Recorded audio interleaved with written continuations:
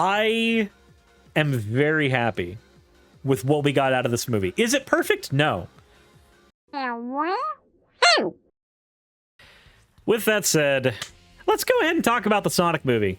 I mean, we gotta get into the fan art section first, but it goes without saying, this is gonna be a spoiler-heavy review of the Sonic movie. The title of the stream says spoilers. Cherry should be putting the title of the video with spoilers. Lizzie, thank you for resubscribing with Prime. There should be plenty of ways to find out that we're gonna be talking about spoilers. And if somebody gets upset in the chat that we're talking about spoilers, please bear in mind, the title of the video literally, or the title of the stream literally says movie spoilers. Quethon, thank you very much for redeeming your points for an owl. Owl. Before we get into that, though, let's go ahead and hop into the fan art discussion. Bop! So, the very first piece of fan art we have here is from Bones. It said, here you go, fresh off of the chat's requests. It isn't my best work, but here it is anyway. And honestly, I forget what the actual conversation was that led to this one, but we've got a stretching slime girl Suris in traditional Japanese garb. I don't remember what led to that happening, but it happened, and here it is. The next one we have is from Kitterdoodle. They said, all right, we're done. Have a springtime Suris and a flower crown. First time in a very long while I've actually drawn actual limbs, but I am fairly happy with myself. Kitterdoodle also happens to have their commissions live on Twitter as well. So if anybody wants to commission them for some plushy doodles, then they can do that. They also added an edit afterwards. They forgot to add the tail. So yeah, there wasn't a tail there at first. Completely forgot the Neko part of Nekosaurus. So the Hades alternate universe? No idea. The last one we have is from Lizzie Flowerite. Said, hi, I've drawn Suris fan art before, but I've never posted it because of anxiety. Promised myself I'd follow through this time. Took some time to get up the courage, but it's a throwback sketch to one of my favorite channel memes, even if it's a close to dead one now. Halfway through, I wondered if I should have done current Suris avatar instead of OG male Suris, so I sketched her too. So we've got the OG Ocean yelling at me. It's been over a year Suris put down the bread, and then a Neko version of it as well. Same meme, different style. But no, we will not be putting down the bread. That's not a thing that's going to be happening. As always, everybody, thank you very much for your fan art submissions. If you want your fan art to be shown in a future episode, the best way to do so is to drop it into the fan art section of the Discord. With that said, spoilers ahead. We need to talk about the Sonic movie because honestly, as a fan of the Sonic franchise, I was walking into this movie with trepidation. But let's go ahead and get we'll summarize the movie and also talk about each individual point as we go. So if, this is your last warning, if you haven't seen the movie and you want to and you don't want to be spoiled, please fuck off of my video. Go somewhere else and watch the movie, okay? Okay, cool. The other thing, speaking of spoilers, I think it goes without saying, if you've seen this movie and you've seen the trailers for this movie, you've seen the same movie. There is not a whole lot in this movie that was not shown in the trailers, and I'm not a huge fan of that. I really think film studios should tease more with their trailers instead of showing the entirety of the film. Like, don't get me wrong. There is an argument to be made that in a few years it won't matter. The movie will exist, independently of any spoilers that are shown, and that's cool. And like, I get that I get that argument. Still though, come on. Like, so many of the big scenes in this movie were already shown in trailer form, and I'm not a huge fan of that. But the movie begins basically where the last movie ended. And yeah, there were trailer-specific edits of some scenes. That's a pretty normal thing, though. The movie starts where the last movie ended. For those who watched the first Sonic movie, it ends with Robotnik, being called Robotnik, being thrown into the mushroom planet that Sonic originally wanted to hide in. And seeing as he had no rings for transportation, which Sonic had access to, he had no way of leaving. And with no real access to technology of any great variety, he's basically marooned there. He's stranded. And the movie takes place, 260 some odd days after the last movie? So he's been there for a while. He's been there for a decent bit. The movie does begin showing a little bit of his ingenuity, though. He tries to make himself coffee with a very intricate machine. And I do like the scene. I do. Because it does showcase that Eggman can make something out of almost nothing, and that's great. Kitsune Cavalier, thank you very much for the but the most important thing is he finds a way to amplify the power of one of Sonic's quills. The quills that he used, that he yanked from Sonic during the last movie. And this ends up summoning Knuckles and a couple of mercenaries. Now, you don't really know who these people are that are coming to attack Eggman. You have no context for who they are unless you've read the prequel comic book. And I don't hate that. I really don't. The prequel gave us a lot of, fun information, like Sonic's first attempts to be a superhero.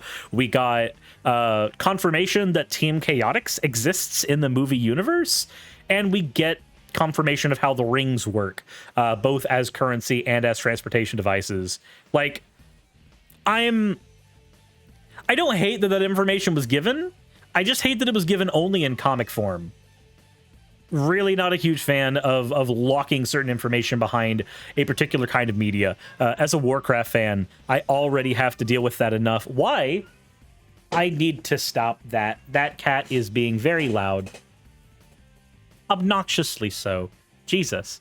Anyways, so Knuckles and Eggman meet each other for the first time, and Knuckles points out that Knuckles was trying to find Sonic. If you remember from the first movie, the Echidna tribe was trying to kill Sonic when he escaped to Earth. Knuckles being, we don't know it at the time, but it's assumed if you're already a Sonic fan, Knuckles being the last of the Echidnas, he wants to continue all of that. He wants to continue what the Echidna tribe wanted to do. So he tries to find Sonic, and Eggman says, well, I can lead you to him. So they use the transportation rings to head back to Earth. Then we cut to Sonic attempting and failing miserably to be a superhero. Again, if you've seen the trailers, you already know how this scene plays out. He, tries to stop a vehicle from being utilized in a bank robbery and ends up just creating more chaos. The one cool thing he does do is he does take apart the entire vehicle before it gets to run into a child. Like, that's a cool scene. I like that. And the idea of being able to take apart those vehicles very quickly, it gets used later in the film. I'm okay with it. But then we cut to a scene where Sonic is told that he has to go fishing with Tom Wachowski, the cop from the first film, or probably better known as Donut Lord. Also, Hammer the Sig, thank you very much for resubscribing. Sonic ends up having a dad and son discussion with Tom, and Tom tells him, hey, I know you're trying to do the superhero thing. Yeah, please quit. You're causing more damage than you're not solving any actual problems. You're causing more damage. You're being irresponsible. You're wanting to use your powers for good, and I get it.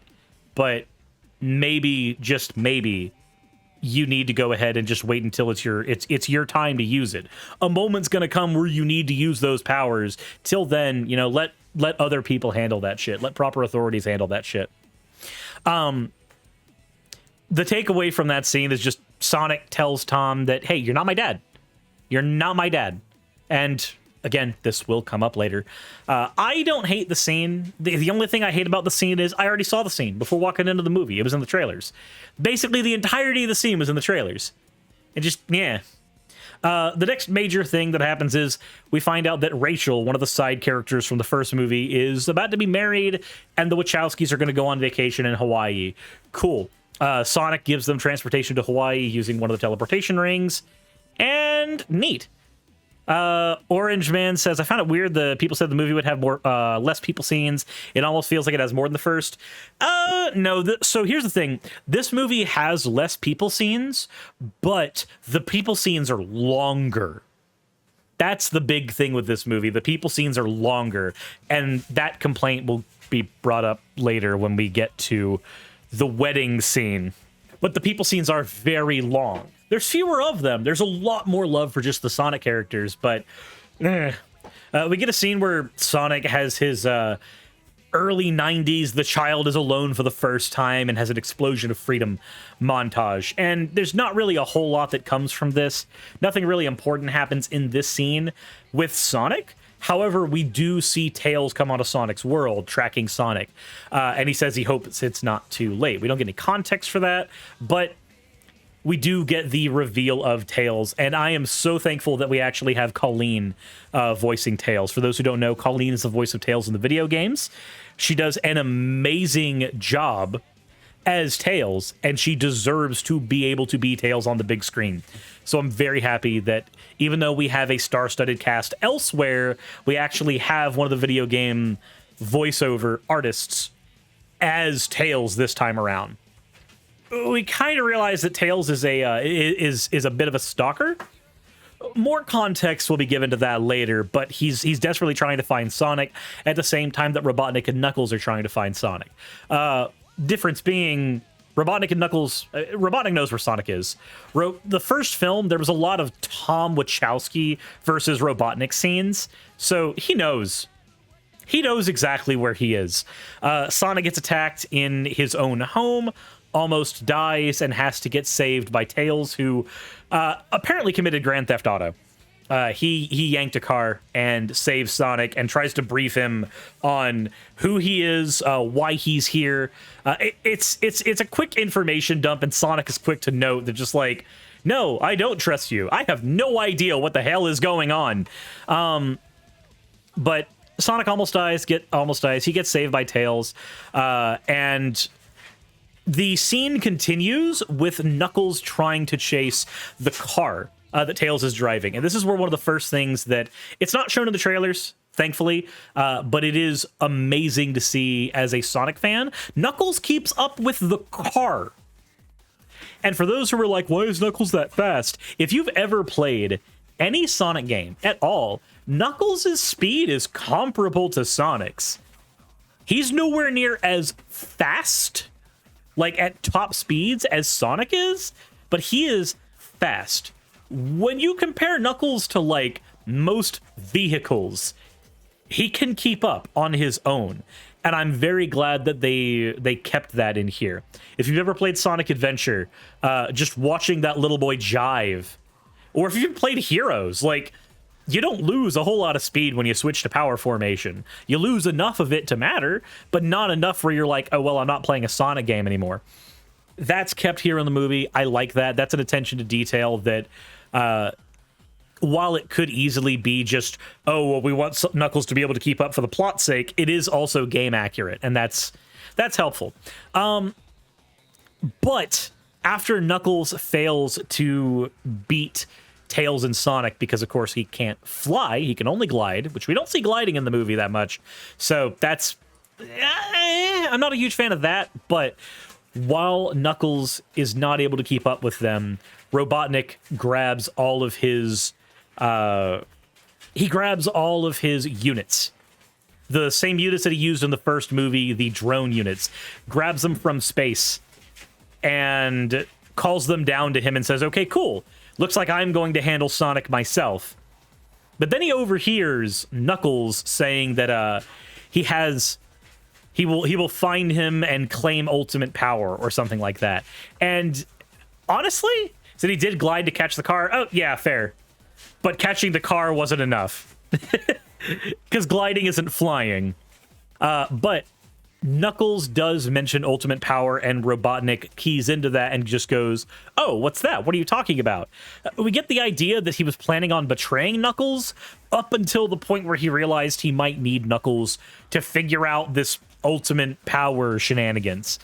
So Robotnik, in this scene, I mean, it's how he got all of his units to him, he tells Agent Stone to have his latte ready for him. For those who might not remember, Agent Stone was the second in command to Dr. Robotnik back when he was working with the United States military. And he is working a coffee shop just in the middle of Green Hills now. And the coffee shop is called it's called Mean Bean, as a loving homage to Robotnik's Mean Bean machine. And I'm all for it. But Robotnik gets in contact with Stone, and we find that Agent Stone's coffee shop is actually retrofitted with an entire Eggman base. Honestly, at this point, most of the scenes have been stuff from the trailer except for Knuckles chasing Sonic. So I like it. And I do like seeing Agent Stone taking responsibility on his own. Like, he's not just a henchman. You can see why he's useful to Robotnik. He is way more than just a yes man for Robotnik. He is a genius in his own right. He is technologically savvy. He is a manipulator. He is able to do all of the stuff Robotnik can do, just on a smaller scale.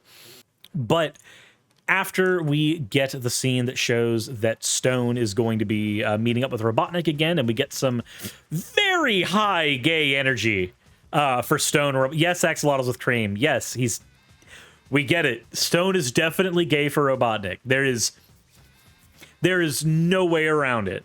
But after we get those establishing scenes, we get a scene with Sonic and Tails where Sonic grabs his map.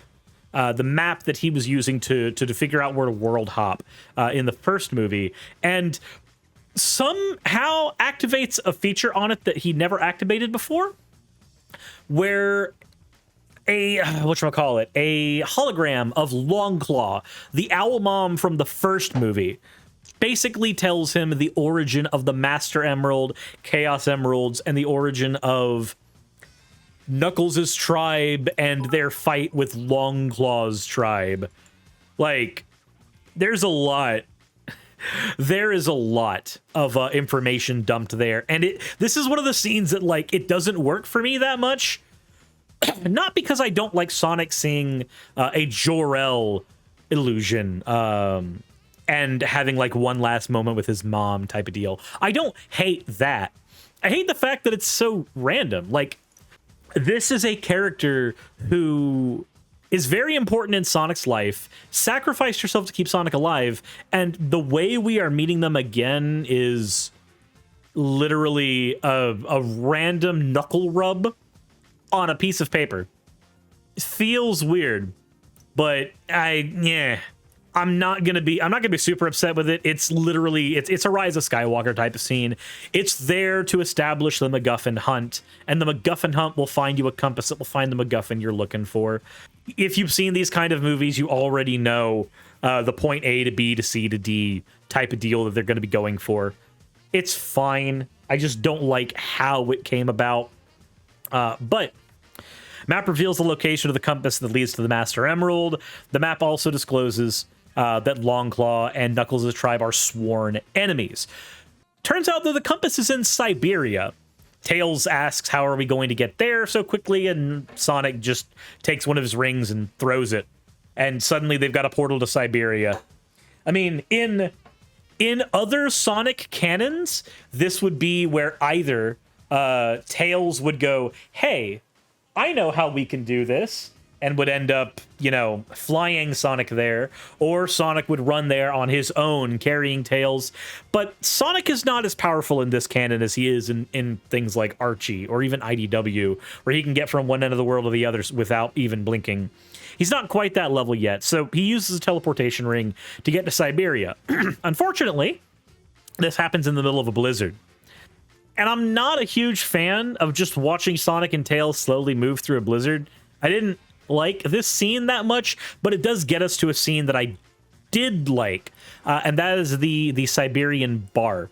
If you've watched any amount of 90s movies, maybe even some Adam Sandler movies, this scene, it feels like a combination of the bar scene from the first movie and literally every we have entered a foreign nation type of scene in early 90s media. And that is for better and for worse. Sonic and Tails get themselves in a lot of trouble because they don't know the local dialect and end up having to get into a dance-off with the local bar patrons for their own survival. Really, the only major thing that happens in this scene, it's a way to shove in a bunch of contemporary music. Even some of it's already kind of dated at this point. I like the scene. I just wish they were dancing to Sonic music and not contemporary music. This is a Sonic film. I don't see a reason for us to use a shit ton of licensed music that isn't Sonic music when one of the main factors that draws people to the Sonic franchise to begin with is its music. One of the things, like one of the old adages that we've had in the Sonic community for the long time is, well, the game might suck, but the music slaps. Like, dear God, the music in Sonic is amazing, and we should have actually gotten some of that music here. But anyway, the purpose of the scene is just to have Tails and Sonic bond, and it does its job. Sonic and Tails have their bonding conversation. Tails notes that where he comes from, he was a loser. He was, called a freak because he had two tails, and he ended up in a depressed fit, becoming a techno geek, and somehow had a tracker that tracked energy pulses. And the scene in the first movie where Sonic created a giant EMP on accident, apparently that had long-standing implications.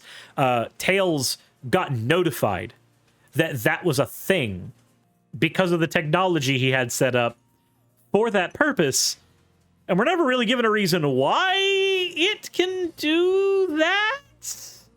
I want to be honest, this is where you get a couple of problems with Tails. I'm okay with Tails being a tech genius. I love Tails being a tech genius, but why he had a machine that specifically could read Sonic's energy, and apparently this is not a thing that, like, Knuckles was able to pick up on?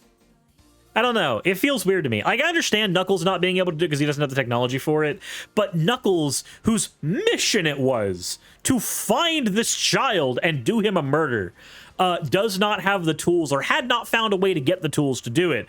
And Tails does it on accident randomly. Make of it what you will. The other thing that we get from this is Tails is a stalker. I mentioned it earlier, but I think we need to talk about that a little bit. In the Sonic Adventure canon, it is, kind of assumed that Tails watched Sonic a lot and then tried to fix up his plane, and then that's how they became friends. And that's cool. That does show Tails as being a little bit of intrusive on other people's privacy and, stuff. But this movie takes it to another level. Tails watched Sonic bathe. The movie does not make any bones about explaining that, yes, Tails did in fact watch Sonic bathe. And that's weird. That's kind of strange. I really don't know how I feel about Tails watching Sonic bathe and take a shit and just all this shit. Since Sonic is naked every time, yeah, but the implications of, your private time. Even Sonic wears a towel when he's leaving the bath, okay? Now, that's a bit more than bro stuff. Yeah, that's a little bit more than bro stuff. Yeah, it's a bit weird. I don't hate Tails' characterization in this movie. I think it's mostly on point, but that was a bit of a reveal. That was strange. Sonic is also oddly unfazed by this. Weird, but Anyways, we move on to the next day. The blizzard is over, so Tails and Sonic go and find the temple that has the compass. Video game puzzle happens. It's not a whole lot of stuff, but they get attacked by Eggman and Knuckles. In their fight for the compass and their fight with Eggman, their fight with Knuckles, Sonic destroys a shit ton of the drones. We get the scene that the trailers have been hyping up so much, which is the ice cap zone scene. Sonic stealing a piece of one of those drones to basically just snowboard down and try to escape Knuckles. We get the Winter Soldier joke. Haha, it's very funny. There is a thing that happens in the scene that I like, though. So Sonic has a choice between saving Tails and getting the compass. He chooses to save Tails because Tails is a person. The compass is a thing. Sonic has a good enough head on his shoulders to not give a shit about the thing. Robotnik, on the other hand, is all for getting the compass. Knuckles jumps up onto Robotnik's Eggmobile and notes that Sonic deliberately went to save his friend instead of getting the thing that should have been his goal. Robotnik basically says this is he doesn't have an eye on what's important. His eye is not on the prize. Knuckles seems to kind of just accept this at first, but you can tell he's got a moment of consideration from this.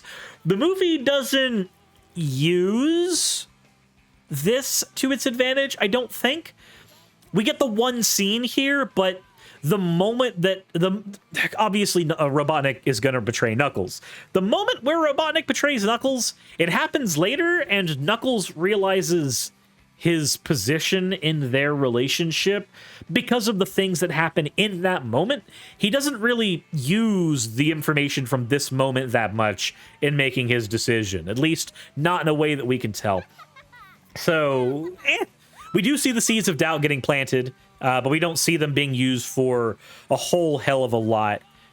Again, the important thing that happens later is what severs them completely. During this moment, an avalanche happens, and Sonic is going to be killed by the avalanche. He then calls on Tom, who's in the middle of Rachel's wedding, and says, "Hey, I need you to save me."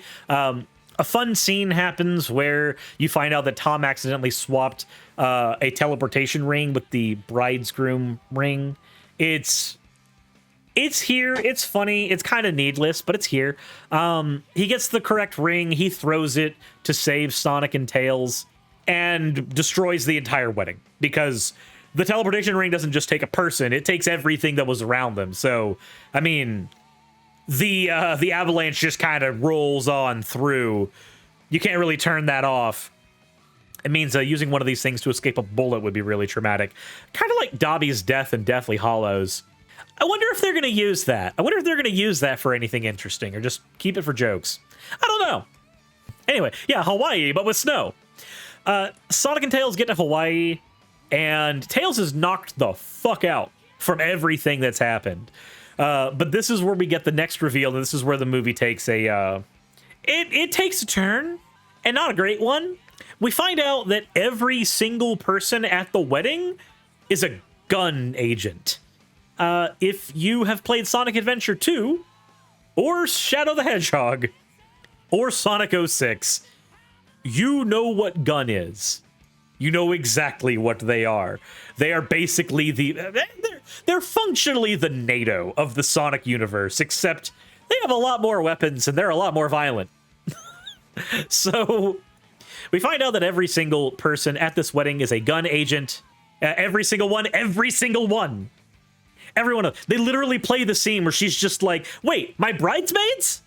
They're gun agents? Everyone's a gun agent? My groom, are you a gun agent? And he like reveals his badge. And they're like, oh, yeah. Yeah, everybody's a gun agent. Was the wedding in Texas? No, the wedding was in Hawaii.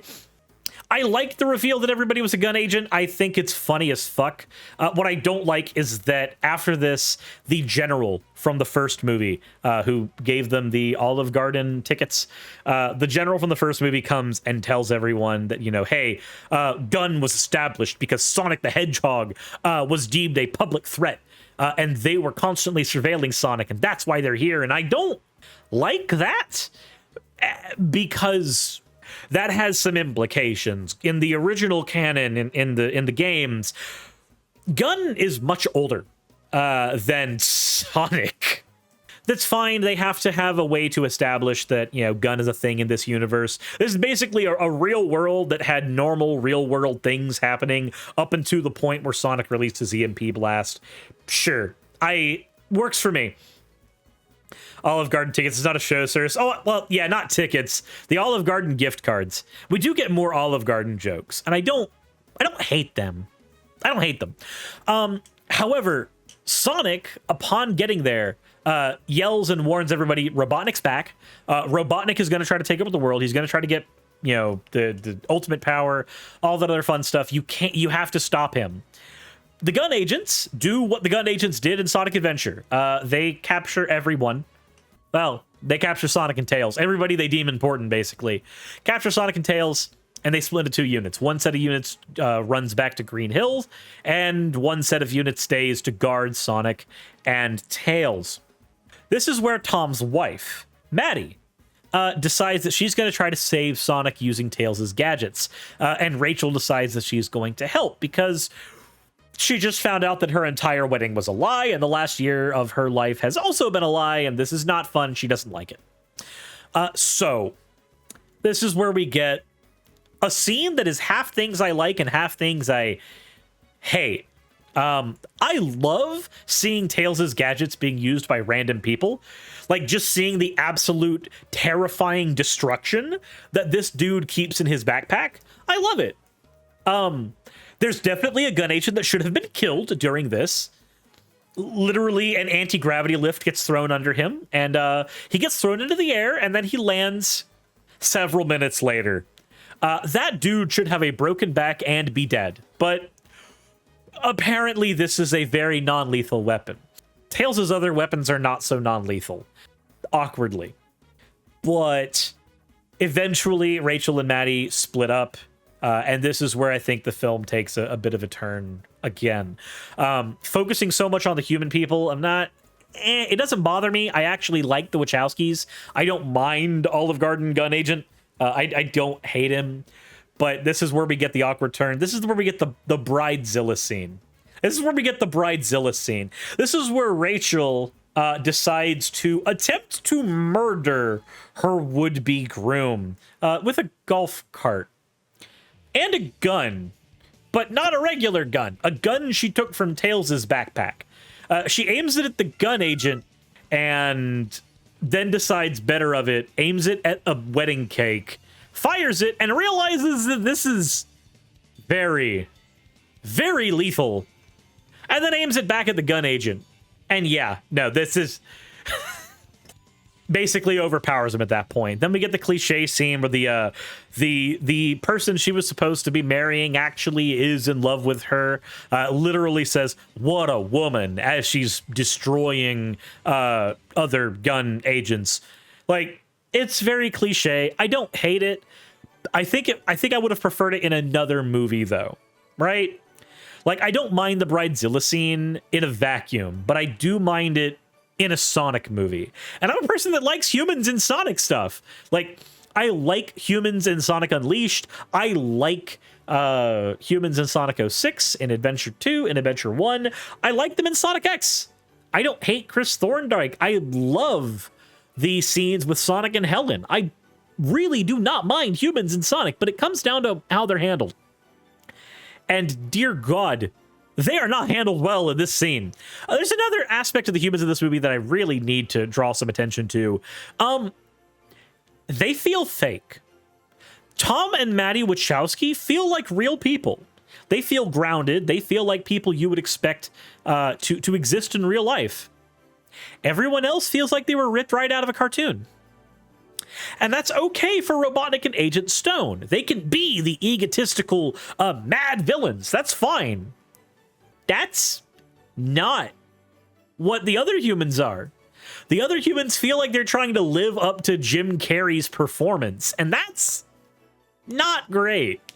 Do you remember in The Mask when everybody tried to be Jim Carrey? No, you don't, because Jim Carrey stood out there. But in this movie, it feels like half the humans are trying to put on a performance to rival him, and it doesn't go well. It really doesn't go well at all.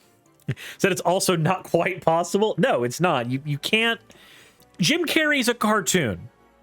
In this film, he feels like he's channeling his Riddler from the Batman movies.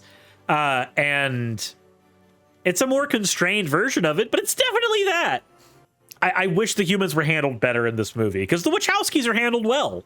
And then there's, just about everybody else. Bridezilla scene finally ends. Sonic and Tails are rescued by Maddie. Tails is still knocked the fuck out, And Sonic decides, okay, well, I need to go stop Eggman and Knuckles. Where are they? Well, rewind a bit. Knuckles and Eggman found Labyrinth Zone.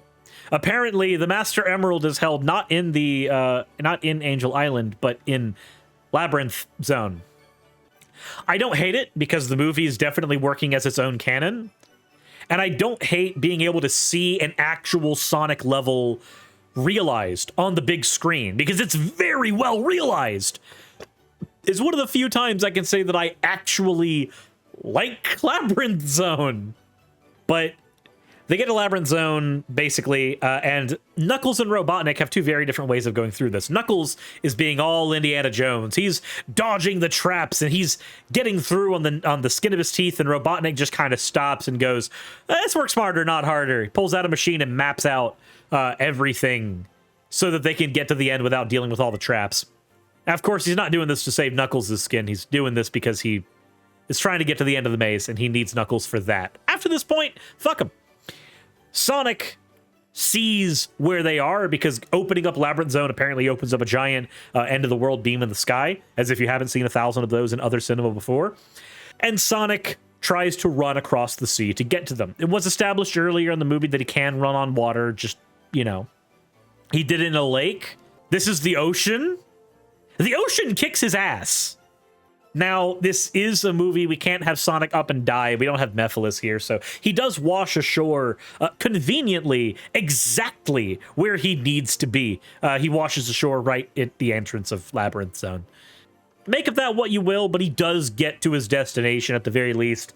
And then we get to see how Sonic handles Labyrinth Zone. And it literally looks... He literally looks exactly... like he's running through a 3D version of the video game level. Like, imagine watching a speedrunner run through like a 3D Sonic level. That's what it looks like when he's running through Labyrinth Zone in the movie, which is good. I like when my video game movie feels like a fucking video game. And that's good. That is good. So Sonic makes it to the antechamber where the Master Emerald is around the same time that Knuckles does. And then, of course, they fight. This time, Sonic is not... He's ready for Knuckles. He knows what he's doing. Brute forcing with speed, aka the usual method, approached by people playing through Labyrinth Zone. Yep. But Sonic ends up having his second showdown with Knuckles. This time, he kind of pulls him to a standstill. My one of my favorite things in there, and then the trailer showed it. We get a Sonic X reference here. The Sonic X reference where Knuckles is doing the 1,000 of punches at Sonic and he's just deliberately avoiding them and laughing and cackling. Like, that's a Sonic X thing, and I'm glad that we got that here. The fight was really fucking fun. I especially liked the nod to the bounce bracelet. Sonic and Knuckles are both on a staircase, and Sonic just like pile drives Knuckles into the staircase and obliterates the staircase by bouncing on him several times at full force in his ball form. Which, yeah, no, fucking perfect. Fucking perfect. Lots of references in here. Also, if you had noticed in this scene, if you look at the murals on the wall, Alligatrak, thank you very much for the follow. Velis, thank you for resubscribing as well. If you look at the murals on this wall, you can see perfect chaos. You can see perfect chaos in one of these murals. I don't know if that's in just as an Easter egg or if they're legitimately going to bring Perfect Chaos onto the big screen. But if there is any Sonic villain / character that deserves to have the cinematic treatment, it is Perfect Chaos. I need to see giant CG Biolante monster in my Sonic movie going forward. Definitely, 110%. But it's there, and I'm happy as fuck it's there. But during the fight, Sonic has a bit of a conversation with Knuckles because, shonen anime type of deal. You have a conversation with your enemy while you're fighting them. You can do that. And he points out that, Robotnik's not a good guy. Why are you hanging out with him? At this time, Sonic points out that Robotnik is literally going to steal the fucking Master Emerald. Cosmo Dust says, just want to point out that when Knuckles sees Eggman about to betray him, he questions why, because you are my friend. I think that moment reminded me about how young and naive Knuckles actually is in this. True. Like when Knuckles actually turns around in that scene and sees that Eggman is taking the Master Emerald, he doesn't just say, "You were my friend." Like, he recognizes that things are over. He says, "You are my friend. You should not be doing this. This is not fair." He really is very childlike here, and I love it. Like, the whole reason, like, this is just the story of Sonic 3 and the beginning of Sonic Adventure. Knuckles falling for Robotnik's tricks and having to realize that, oh wait, this dude does not have my best interests at heart. And I like it. So you do see that Eggman takes the Master Emerald, and when he does, something weird happens. We get something we haven't seen in the games yet. Eggman has a super form. I shit you not. Eggman has a super form. We did get to see a little bit of that in the trailers, but being able to see it in full force, like, it is... You know the scene when Jim Carrey is playing the Riddler in the Batman movie, and he's gaining, like, all the fucking knowledge in the world because of the machine that he made that Bruce Wayne wouldn't let him keep? You know that scene? It feels like that. It feels like that. Like, he just gains unlimited power. We get the Eggman super form. Eggman destroys Labyrinth Zone as he's leaving because taking the Master Emerald apparently fucks the whole thing. Sonic can't swim. Knuckles is pinned under a piece of debris and knocked out. Sonic makes the deliberate choice to save Knuckles' life. Knuckles then showcases that he actually can swim. Sonic can't. Knuckles swims up. Sonic is about to pass out, and we get... Chad already mentioned it, but we do get the scene that is an homage to Sonic in the pool in Sonic X. Sonic tries to get out. Sonic can't. He can't just run through the water. He can't swim. He has no ability to. His body's too dense. Knuckles saves his life and brings them both ashore. Around this time, Tails wakes up and says that he needs to help Sonic. Sonic has no idea what he's going up against. And off screen, he goes to get the tornado. How he gets the tornado, I don't know. How Tails comes up with this airplane, I don't remember. The movie doesn't show. I love the fan service of it being here. I also don't understand how it happened. But Tails goes to get the tornado. And Sonic and Knuckles have probably the best scene in the whole movie. The best scene in the whole movie at all is when they realize that their parents killed each other. Longclaw literally genocided the echidnas and died for it. That's a thing that happened. But yeah. And if that sounds a bit yikes, they were literally trying to kill her. We find in a flashback scene that Knuckles was told to stay home. Apparently he was the only child in the village, and his entire Echidna tribe went to go fight Longclaw the day that Longclaw made Sonic escape to Earth. The entire tribe died to Longclaw. They're fucked. So yeah, we have genocide in the children's movie. There is nobody from that tribe left, except Knuckles. Now granted, it was defensive. You may take umbrage with my usage of the term, but a genocide is what happened. Sonic and Knuckles come to terms with the fact that both of their parents fucked each other up. They're done. It sounds a bit different than the game version. Well, yeah, in the game version, it wasn't Longclaw that genocided the Echidnas. It was Perfect Chaos who genocided the Echidnas. There's a scene that I didn't mention during the Chaos Emerald lore dump. I should have mentioned it before. I did mention it now. This movie has an homage to Enerjack. Kind of. So what the movie shows, Knuckles has a dad. It doesn't name the dad. The movie shows us that Knuckles' dad went mad with chaos power at one point, and this is the reason why Longclaw tried to hide the Master Emerald from the Echidnas.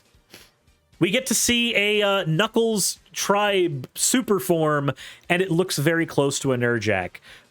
This has definitely made Ken Penders quite angry, but I've had some words to throw at him on Twitter. Yeah, we'll briefly tangent to Penders shit. So Ken Penders was one of the authors of the original Sonic comic, the one that was based off of Sad AM.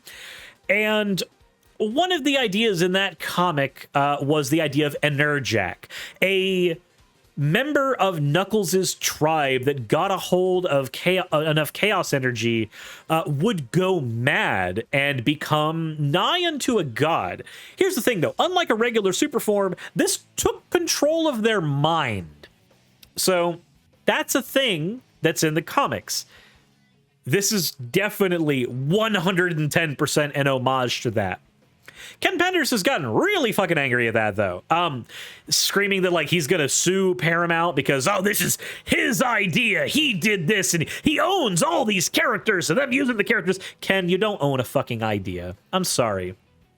People are allowed to get creative and have homages and references to your work without you getting fucking sue happy. You actual child. I swear to God, if he finds this video, he's gonna get mad. That's fine. I do not suggest people pile drive on Ken, but come on, dude. Come on. From what I saw, he hadn't even seen the movie yet. He just says, almost in a Trump-like fashion, many people are saying this, and then goes on a rant. So did they do it to mess with Penders? Oh, I wholeheartily believe there was a marketing department and a group of fans in the development room. And when they were storyboarding this, the marketing department said, okay, so we're going to have this thing. We can sell a toy off that. We can do this. And then one of the fans says, we should have a Knuckles character have a super form. This is an homage to this thing from Ken Penders. And then or this is an homage to this thing from the comics. And then the marketing person goes, that's going to cause one person to get really angry. And that's going to cause news outlets to talk about our movie. Let's do it. I 100% believe that happened. So I think it was definitely an homage to that, and I believe also there was definitely a deliberateness to poke the bear there. With that tangent out of the way, the reason that matters is because, well, we're going to get a Fleetway reference later, but Sonic and Knuckles hash out their differences, and it's just a precious scene.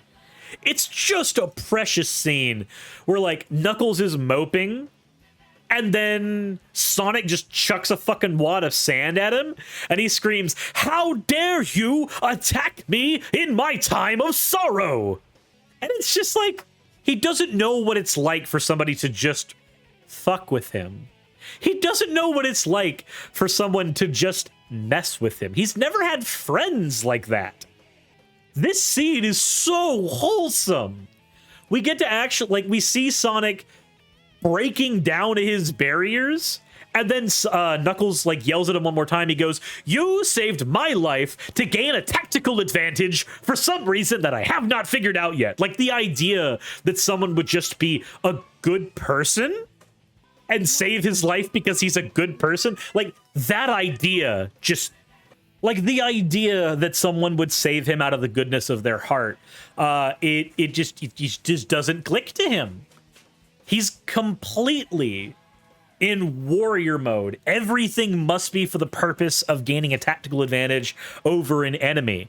And I love that, because that's just Knuckles. That's just good portrayal of Knuckles. He's not stupid. He's just dense. He has a one-track mind, but he's not an idiot. We do get them patching things up, and Tails comes in with the tornado. Tails notes that it's going to be kind of weird having a person who was just trying to kill him on the plane with him, but he'll manage because Sonic trusts him, and Sonic's cool, right? Right? We do get a scene during this where they're flying to Green Hill, and just another precious Knuckles scene. I love seeing these characters interact. I do. Because Tails says, like, "Hey, you're not upset at me for hitting you with a car earlier, are you? Like, you're not upset that I literally ran a car into you while you were trying to kill Sonic at the Wachowski house, right? That's not a thing that you're going to hold against me, right?" And Knuckles is just like, "Nah, that's water under the bridge. Besides, my revenge will come swiftly. and when you least expect it. And you have no idea if he's joking. Because at this point, you have no idea if Knuckles has the capacity to joke. And I love it. I love the idea that you're just sitting there going, I don't know if Knuckles is gonna fucking off Tails randomly. I love it so much. So Knuckles dropping off the plane once they're through the ring is so funny. Wish he started gliding at the end. They could have even made a joke of like, wait, he can do that? Would have been cool. Would have been cool. But no, they do make it. They do make it to Green Hills, and they see that Eggman has been doing some stuff. This is where we got to rewind again, because Eggman made it to Green Hills well before them. He's in God mode. Apparently, Wade, a side character who's a cop who worked with Tom, has been running around Green Hills and stumbled across the Mean Bean place, because apparently it's where he gets his morning coffee all the time. He finds the Eggman base in it and tries to confront Agent Stone. He literally overpowers Agent Stone. I mean, mainly just because he had a gun. And yeah, Top's Cobb's friend Wade. Yeah, it's Wade. So he's sitting there interrogating Agent Stone, and this has been a scene going on for a while. And then Eggman appears in God mode, teleporting around, and takes Agent Stone from his handcuffs and then tells Wade to get handcuffed. And then gun agents, the ones that left Hawaii, make their way. Wow, the Eggman theme started playing as this is happening. That's good. That's perfect. So, Eggman goes out to confront the gun agents who have tanks and guns and all kinds of lethal weaponry aimed at him. And then he does what Sonic did in the beginning of the movie. He takes them all apart with his god powers and then throws all of the machinery into a giant tornado. And that's when Sonic and Tails and Knuckles get there. They have their, like, what the hell is that? I don't understand moment. And then the giant Eggman Robo appears. Apparently, all of the gun manufacturing pieces were used to create it. He goes to pilot the Robo and takes Agent Stone with him. Because we need more Agent Stone. I'm gonna be honest, I love Agent Stone. I do. I love seeing a very smart, very capable, but just very simping fanboy. Yeah, Gun brought him the free materials. They did. Egg Daddy told him to get the handcuffs on, basically. I absolutely love just Eggman creating the Robo and just dragging Agent Stone, because he ran out of the shop screaming, "Take me with you!" It's just a wonderful thing. But then Knuckles and Tails and Sonic all try to fight the Eggman robot on their own individually. And they don't do so well. This is where we get the Sonic Heroes-ish type of moment where they realize, hey, we can all do our own things to beat him, but we can work as a team. Sonic's literal conversation here is, I'm the groin. Basically saying he's the groin for Eggman. He's the weak point. He's Eggman's balls, everyone. So Sonic goes and distracts Eggman because he knows that he's the one that can piss him off the most. Tails flies Knuckles into the exterior of the Eggman robot so Knuckles can get into the robot. While Eggman is distracted, Knuckles straight up punches the fucking Master Emerald out of him. And while that may seem weird, we've seen this before. The beginning of Sonic 3 is literally Knuckles punching the Chaos Emeralds out of Super Sonic. Like, we have seen Knuckles do this before, and this is a perfect way to call back to that. But this is where in most movies, this would be the end, basically. Like, okay, you've depowered the giant robot. It's time to arrest the Mad Doctor. Everybody's happy.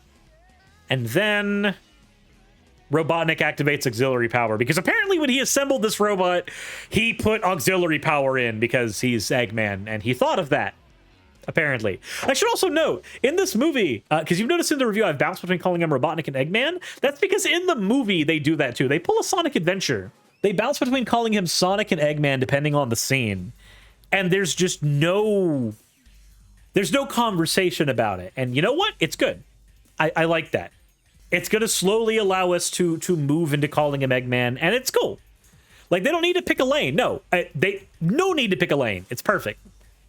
So, Eggman starts trying to kill Sonic. This is where Tom and Maddie Wachowski come in. They finally made it here with several of the gun agents. And they not hijack a car. They grab a car that a friend of theirs was driving to go and save Sonic. Sonic is on the ground, beaten and fucked up, and is trying to get to the Master Emerald. Why he's going for the Master Emerald, aside from, playing keep away with Eggman, I don't know.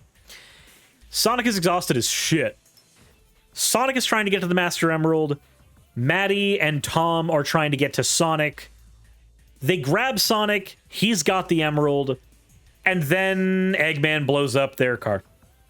And then gets about ready to crush them completely. And we get a really touching scene here. I love the scene that we get where Tom and Maddie and Sonic are all just like embracing each other because they're about to die. They're going to get fucked up. They're going to get crushed to death.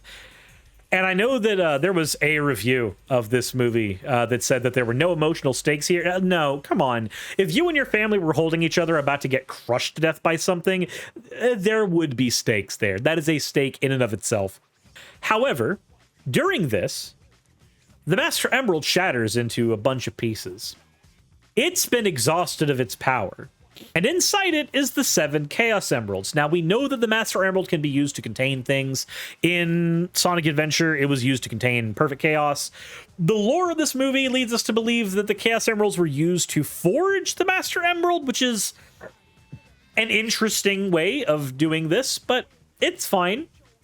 So we have Sonic holding the Chaos Emeralds functionally around him, wishing that him and his family will not die. So they don't. As Eggman is about to crush them to death, we get the reveal of Super Sonic. Now, I know there are people who do not like audience participation. I do know that when it comes to movies. On the other hand, I like it. I love the energy of a movie theater that is just freakishly happy to see shit happen. And when Super Sonic was revealed on the screen, the theater me and Raz were in erupted in applause and cheering. It was insane. After the reveal of Super Sonic, where my theater erupted into fucking applause, Super Sonic, of course, just tears the fucking robot apart. There is no conversation at all here. It's just Sonic just ripping the giant Eggman Robo, the Death Egg robot, however you want to word it, just ripping it apart. And we get a scene that looks exactly like the Super Sonic versus Eggman scene in Sonic Unleashed, the first one, where Eggman is just like begging for his life almost in that scene. And this one, he's like, hey, we can be friends. We can definitely be friends. We can do that. We haven't done enough to each other. We're fine. But yeah, it was very hype. And I do like the delivery of the line, "It's over, Eggman." I do prefer Eggman as a name, honestly. But like flipping between Eggman and Robotnik, it just works. So we do get that scene, and then we get, of all things, a Sonic 06 reference. As Eggman is begging, Sonic just lightly taps the chest of the robot with his foot so it will knock over. We get, Eggman screaming like, oh, it's going to be like that, is it? Which is, it's neat, I guess. The more important thing is that the movie was bold enough to have a fucking Sonic 06 reference here. Because the foot tap thing is from the beginning of 06. It's a weird offshoot reference, but I'm glad it's here. So, after this, the robot is destroyed. Eggman is presumably dead. At the very least, Gunn can't find his body. And we get the conclusion of the story with Knuckles and Tails officially being adopted into the Wachowski family. And we get it with Another Sonic X reference. A baseball... Well, it's a Sonic X reference and also a reference to the first movie. A baseball scene where they are trying to teach Knuckles baseball. And dude doesn't use his bat. He just uses his fists. Oh, yeah. I forgot. There's one other thing. One last thing. I completely forgot the Fleetway reference. Sorry, Benji. You're right. After Supersonic lands down, we do get Knuckles telling the Wachowski family, this isn't the Sonic you knew anymore. And that's a reference to Fleetway Sonic. And if you didn't know, in the Fleetway Sonic comics, when Sonic turned Supersonic, it made him go insane to the point where Supersonic became its own separate character. And just insane, violent, evil, problematic. The idea was that this would be that Sonic. You see him like get really angry. You think he's about to go straight into that, and then he just calls down a chili dog. He takes a bite of it and realizes that chili dogs, someone with divine power, are wonderful. He tells Knuckles he should try one too. Summons a chili dog and it falls right in his fucking eyes. And Knuckles just goes, nope. He is the same Sonic you knew. Unfortunately. Was there actually a teaching episode before the Heroes vs. Team Eggman? Didn't he use the bat in Sonic X and consistently hit home runs? So he used a bat in Sonic X. In this, he just doesn't use the bat. But yeah, Sonic gives up the emeralds at the end. At least that's the way it's portrayed. And then the emeralds scatter around like Dragon Balls. And then, of course, we get the adoption into the Wachowski family. And a lot of scenes in here that are references to early Sonic lore stuff. Some of them are kind of weird deep cuts, and I like that. Then we get the baseball scene, and we find before that scene, I keep on forgetting. I have to keep on backtracking because there's one more thing the movie shows. Knuckles can put the Master Emerald back together. Remember how it shattered so that the Chaos Emeralds could actually be utilized by Sonic? Knuckles puts the emerald back together with just by holding it, which is basically what we get in Sonic Adventure. And just like in Adventure, we get no explanation as to why he can do this. You just know he can. It's even like, if you've ever seen Sonic and Tails R, there's a reference to that as well, where Knuckles is just like, I don't know how I can do it. I just can. Just think I can do it. Red Joker says, well, he's the keeper / caretaker of it. Well, yeah, he's the keeper of it, but that doesn't firmly establish why he can assemble it from anything. And I'm okay with it not really being established that well here. They can talk about it in another episode later. It's fine. It's perfectly a-okay. What is... But. After that scene, we do get the baseball scene where we get to see them all having fun together. Knuckles being an absolute Chad with the baseball. And then we find that they're trying to, treat him to different things in the Sonic universe, or the different things from this world. He's going to be introduced to ice cream with sprinkles. We get to the little Knuckles reference that he likes grapes, for those who don't know. In a lot of the earlier Sonic games, they would give a bunch of weird offshoot information about the characters in the instruction manuals. Apparently, Knuckles likes grapes. And apparently Vector the Crocodile is a very religious fellow. A lot of weird stuff in there. Apparently Robotnik is a feminist as well. Weird information in those manuals, but it's there. And then we get the end scene. And if you know what Gun is as an agency, then you already kind of know what the last scene is going to be. It makes sense. You knew as a Sonic fan, because the last scene is the Gun agents talking and saying, hey, we were in the middle of wiping Robotnik from our servers. We were wiping all of his data. We were scrubbing it clean. And then we came across something. We came across a file in the Robotnik section. Because remember, they said Robotnik. They didn't say Ivo Robotnik. They came across a scene, or they came across a bit of information from Gerald Robotnik. They find information dating back 50 years ago. And if you've played Sonic Adventure 2, you already know what that is. And we get the reveal of Shadow the Hedgehog. Shadow is going to be a main player in the next Sonic movie. We also know that Knuckles is getting a TV series, basically, as well.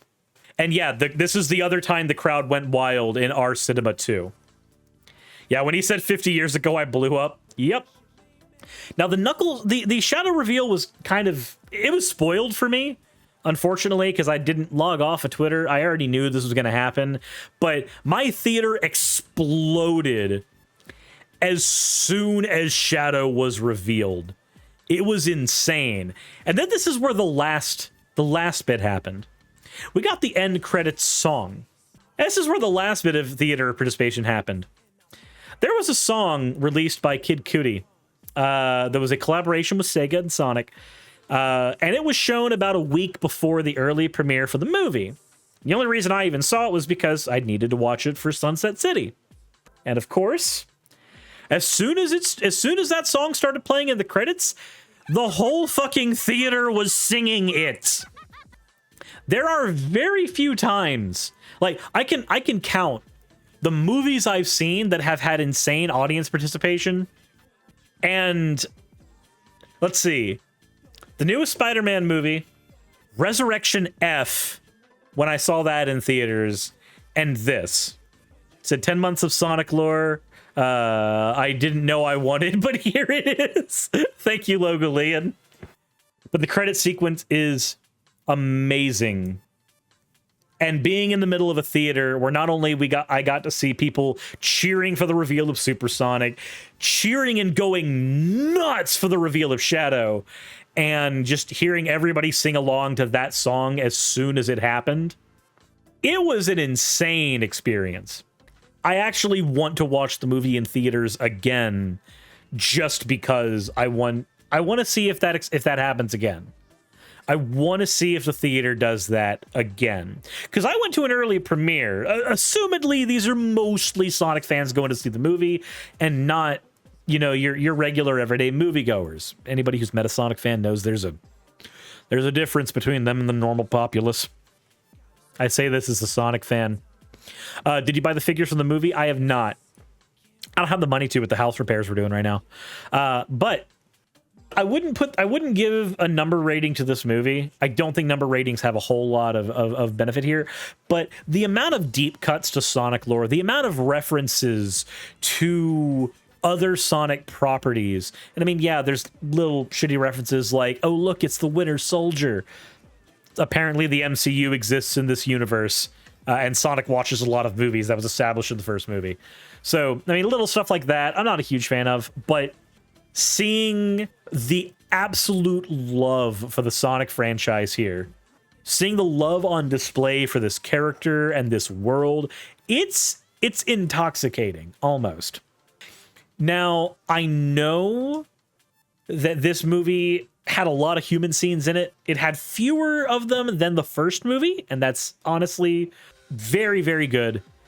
This movie felt less like there were two people in the directing booth, a Sonic fan and a Alvin and the Chipmunks director fighting each other for dominance. It didn't seem like that. It seemed like there was a Sonic fan in the booth who was putting in the scenes the Alvin and the Chipmunks director desperately wanted, like throwing him a bone every now and again.